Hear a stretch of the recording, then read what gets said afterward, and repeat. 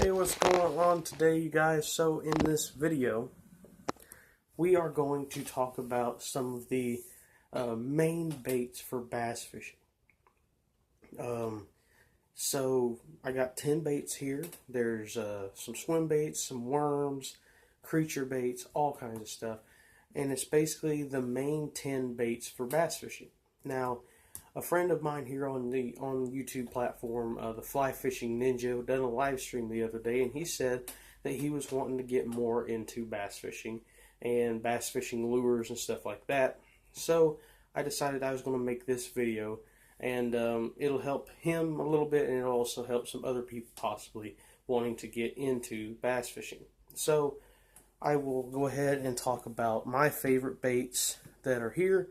And these are all good baits. They're all great baits. I've caught fish on, I think, all but 2 of these baits. But I do know that these other 2 will for sure catch fish because I've seen it and I know that they will catch fish. So these are soft plastic baits, and I will do a hard bait video as well.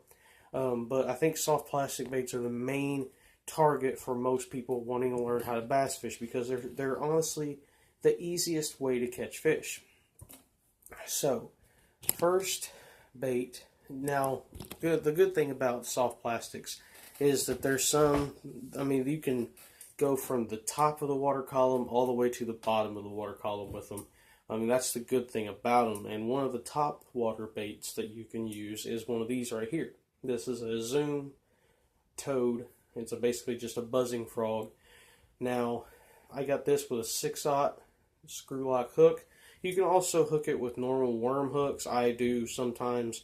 This one here, I just had it already rigged, so I pulled it out of my tackle box to show it to you.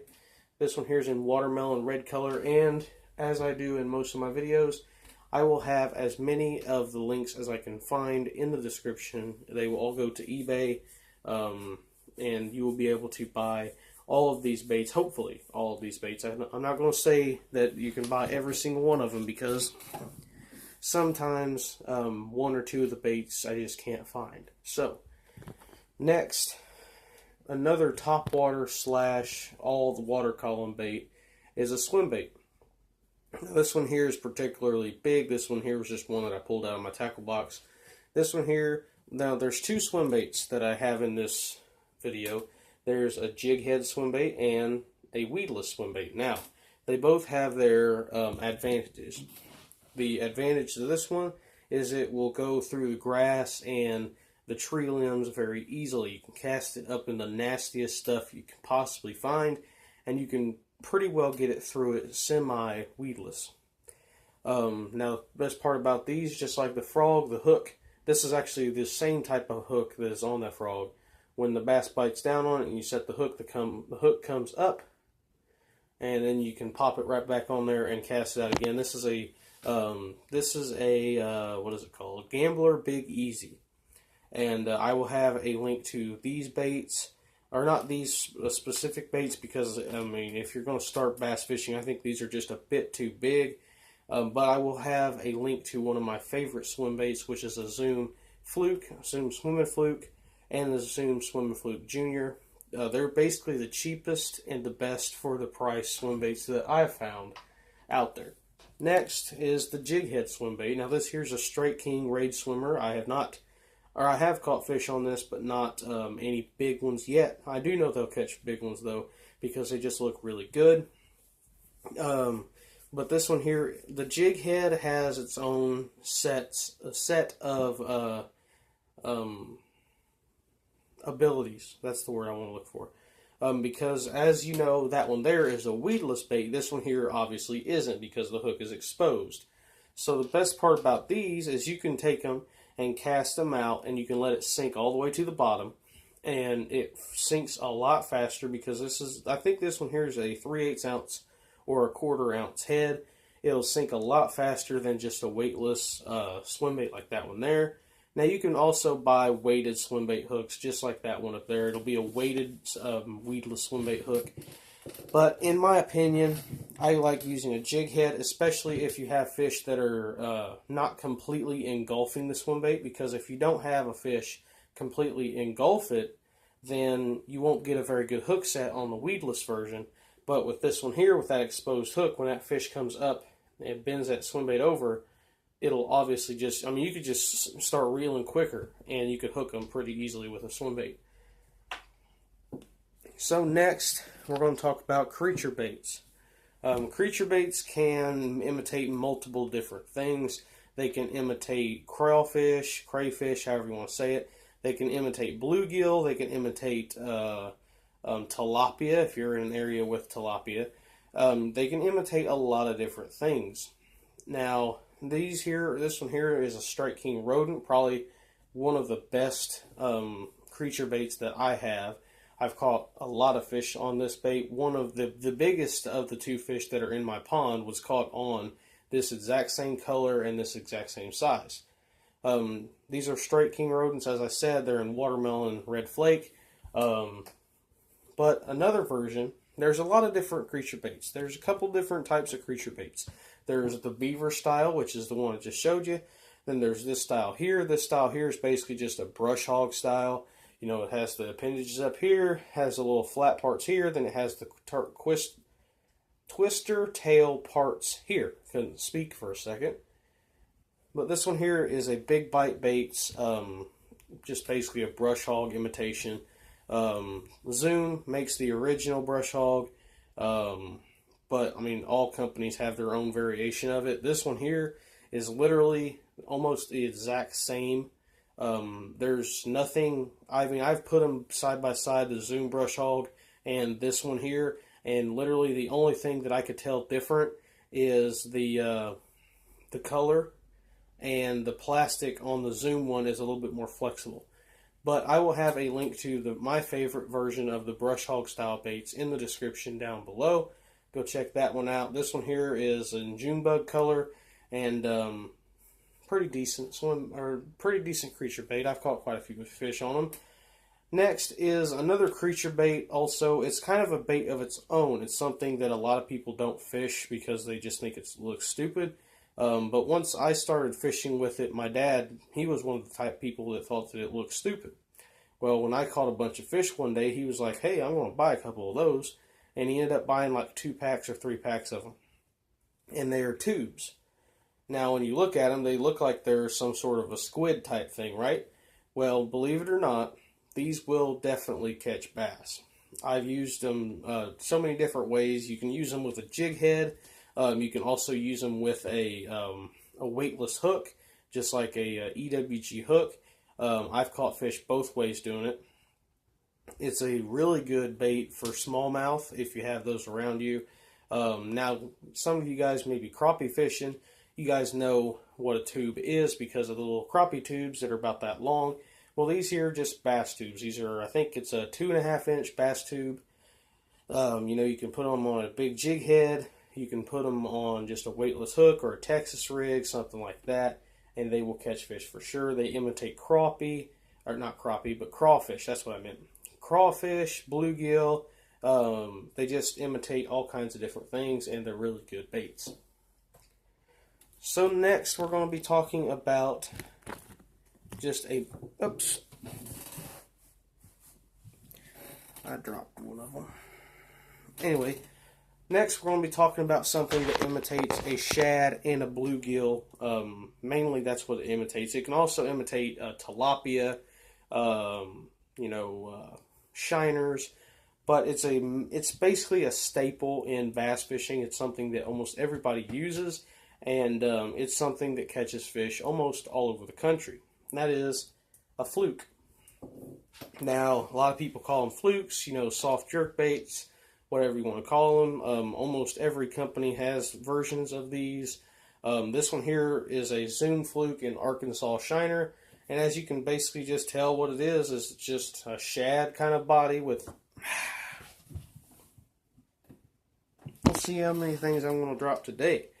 With a little split tail. This one here got a little broken off, but they will still work. I mean, I've seen people use them without tails and catch big fish too. So, I mean, there's so many different ways you can rig these. You can rig them on a jig head. You can fish them vertically off of a boat. You can fish them weightless like normal people do.